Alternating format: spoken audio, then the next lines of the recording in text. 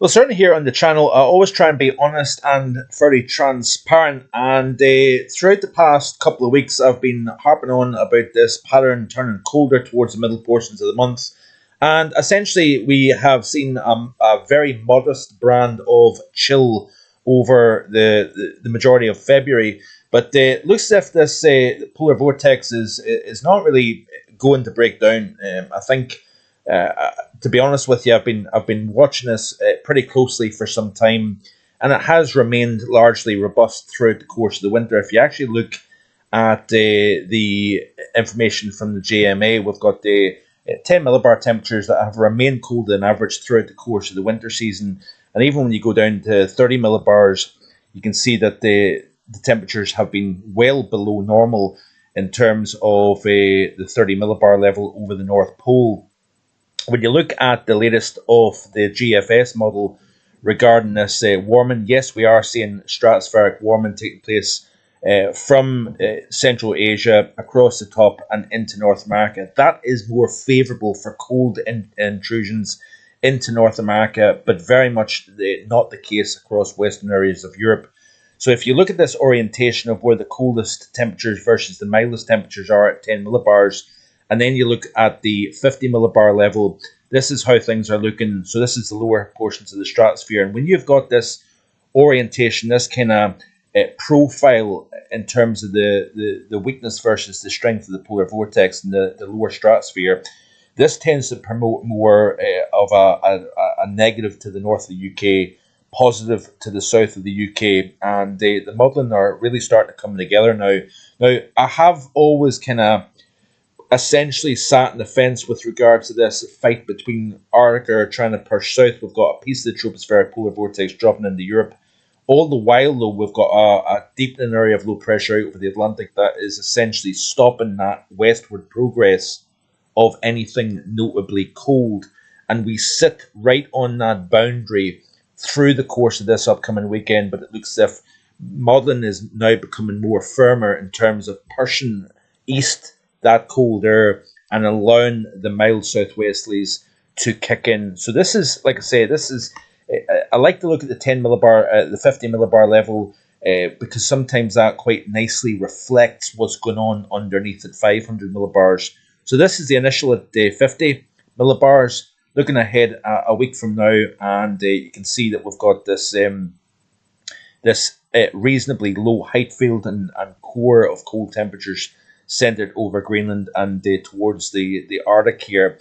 If we look at the 10 millibar level and play it through the loop, you can see here that it does a pretty good job at fighting against any warming that is taking place here around Asia towards the pole. It actually regroups once again, reorganizes and strengthens, and that is pretty clear to see. Yes, we've got another burst of warming here over the Atlantic and European side of the pole. We'll keep an eye on this going forward here, but obviously the calendar continues to tick on, and yes, we are probably looking at a final stratospheric warming as we move towards the middle portions of March here. So yeah, we are going to see a strat warming eventually, but that's going to be probably a final stratospheric warming. But the polar vortex has remained pretty robust throughout the course of the winter season, and yeah, we've seen rotations of the Magellan oscillation into the cold phases. We've seen the response to that. We've seen the first half of January colder than average, a less cold, I don't want to say mild second half of January because it wasn't,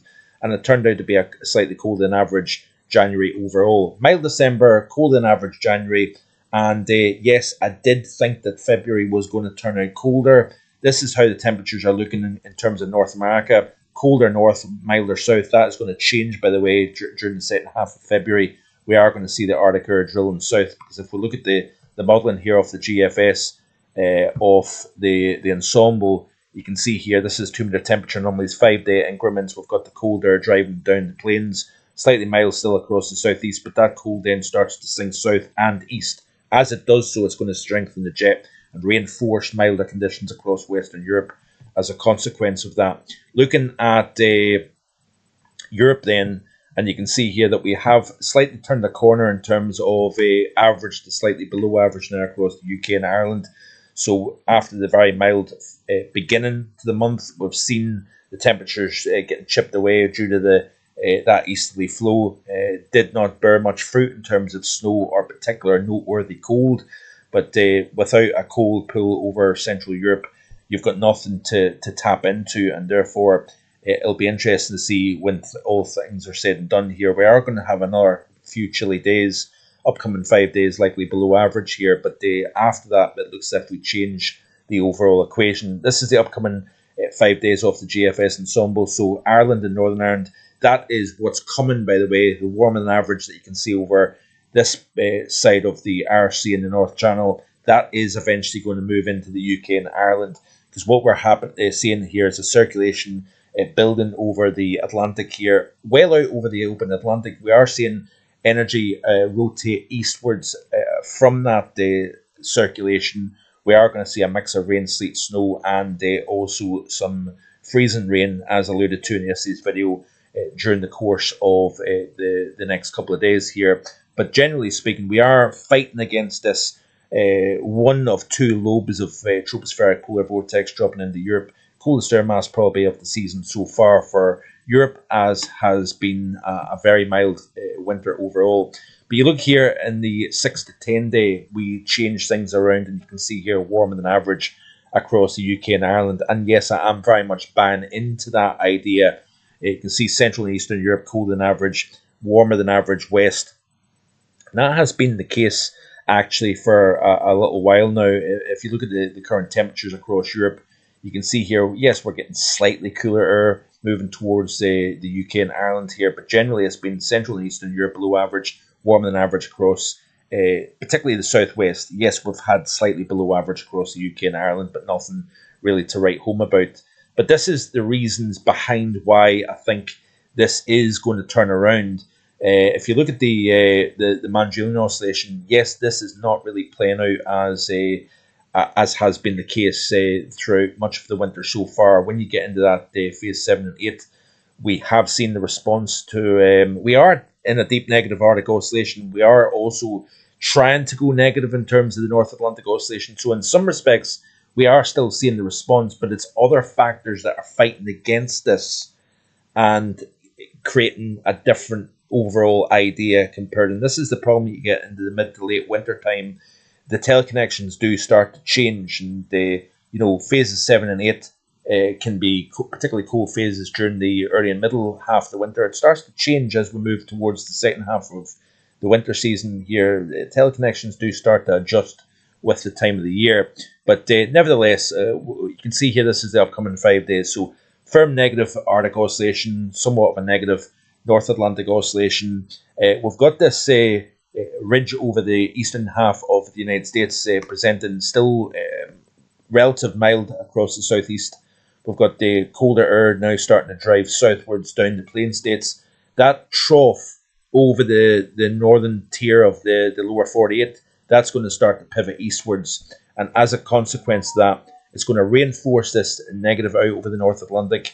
We've got the reasons why we're turning mild is the fact that we've got the core of cold centered over Central and Eastern Europe here. You've got a ridge of high pressure extending from Western Europe up into the Arctic region here, Greenland. But this is not a conducive phase. This is essentially stopping any cold from building, and that trough cannot drop into the west of Europe when you've got this negative here centered to the west of the UK and Ireland. So essentially the two are competing against one another, and it looks as if the Atlantic is going to win that battle. So let's have a look at the GFS operational. Back to the current period. You see here this area of low pressure trapped in place due to high pressure to the north, high pressure to the east over the continent here. It's got nowhere to go. But what it's doing is there's cold air that's trying to descend south and move westwards, but it's coming up against the resistance of this low here over the Atlantic. So we'll play through the loop. You can see here the moisture associated with that low at 973 millibars centered over the North Atlantic. That moisture is trying to push east, is coming up against the resistance of the high over the UK, over Europe here. A lot of the moisture kind of just fizzles in place, gets sucked from its moisture due to the high pressure. Continuing to play through the loop here, and you see that there is very little movement with that area of low pressure.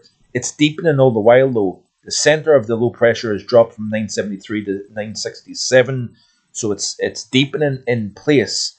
And what it's doing is it's continuing to cycle milder air up into the UK and Ireland and pushing against the cold that's trying to come south and westwards here. So if the 850s are a good way of looking into it in better detail here. So you can see that piece of the tropospheric polar vortex descending southwards over Central Europe.